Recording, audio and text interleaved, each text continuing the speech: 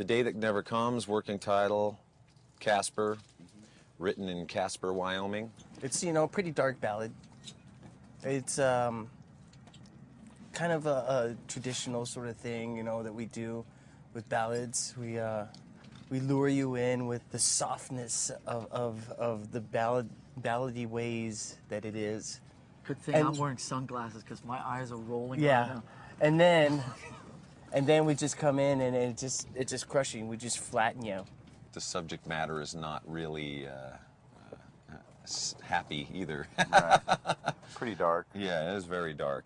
You know, lyrics came long later, but that had very different feels, lots of different feels along the way. Yeah, this song cycled through a lot of changes before we actually ended up with what we have now.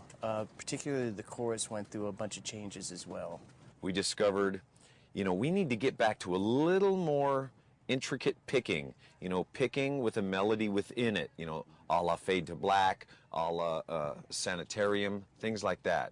So this ended up a little more of a picking within, or a melody within a picking, and just kind of writing it right there in the studio. I can remember the instrumental part of the back half of the song coming together fairly quickly when we were working on it. But it came together literally in an afternoon. Yeah.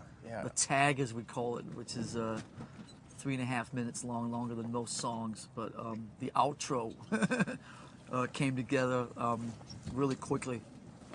And I don't know, some of these things just kind of write themselves, and some other things sit around for years and years, and you struggle with it, and you're just waiting for the right thing to happen.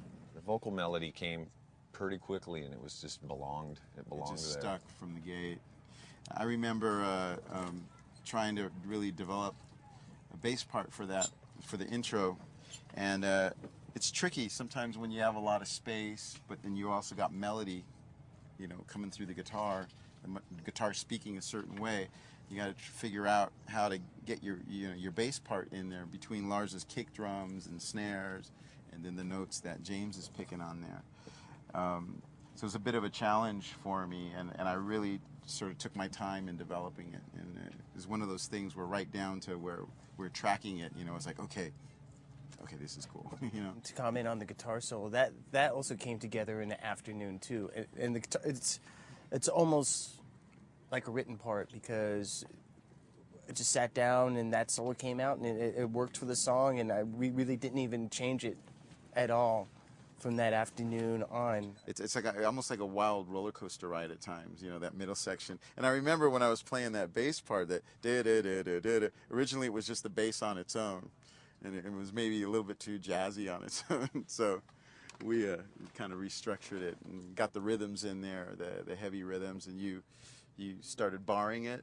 You actually, you know, figured out the notes, and you hit the bar chords on that one, which is really that's cool. a pretty big challenge, doing the rhythms to that bass run. Yeah. Yeah.